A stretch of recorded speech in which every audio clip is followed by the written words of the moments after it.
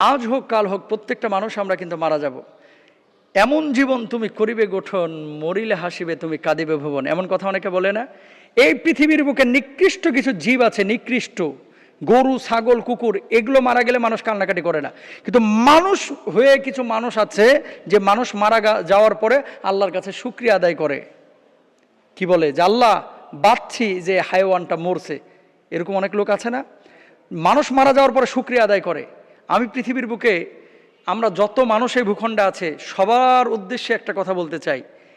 আপনি প্রেসিডেন্ট হতে পারেন, প্রধানমন্ত্রী হতে পারেন, রাষ্ট্রনায়ক হতে পারেন, এমপি হতে পারেন, মন্ত্রী হতে পারেন, হুজুর হতে পারেন, বক্তা হতে পারেন, খতিব হতে পারেন।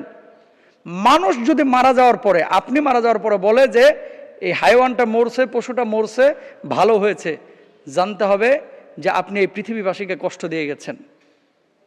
হ্যাঁ, দুই একজন খারাপ বলেছে, কিন্তু অধিকাংশই ভালো বলেছে, এই দুই একজনকে কাউন্ট করা হবে না। কিন্তু অধিকাংশ মানুষ যদি শুকরিয়া আদায় করে, জানতে হবে এই পৃথিবীবাসীকে আপনি বিপদে রেখেছিলেন। তো মানুষ, আপনিও মারা যাবেন, আমিও মারা যাব। কে কখন মারা যাবে আমরা কেউ জানি না। পৃথিবীর বুকে সেই মানুষটাই সবচেয়ে বড় সফল। আপনি মারা গিয়েছেন, তারপর একজন মানুষ আপনার জন্য কান্না করতেছে, আমাদের সমাজ থেকে একটা ভালো মানুষ চলে গেল।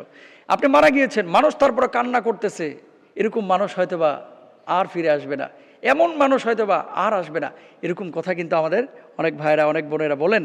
এবং আপনার জন্য এই যে অনেক সময় কি হয়, মারা যায়, মারা যাওয়ার পর কি করে, কান্না করে রাত্রিবেলায় তাহাজ্জুদের নামাজে সিজদার স্থানে সিজদায় গিয়ে আল্লাহর কাছে বলে, আল্লাহ তাকে তুমি ক্ষমা করে দাও। তা আপনি মারা গিয়েছেন, আপনার টাকা পয়সা নাই, বাড়ি গাড়ি নাই, প্রভাব প্রতিপত্তি নাই। মানুষ যদি আপনার চোখের পানি ফেলে আপনার জন্য কাঁদে, মানুষ যদি চোখের পানি ফেলে আপনার জন্য দোয়া করে, পৃথিবীর বুকে এই মানুষের চাইতে আর সফল কাম কোনো মানুষ নাই। আল্লাহ তৌফিক দান করুন।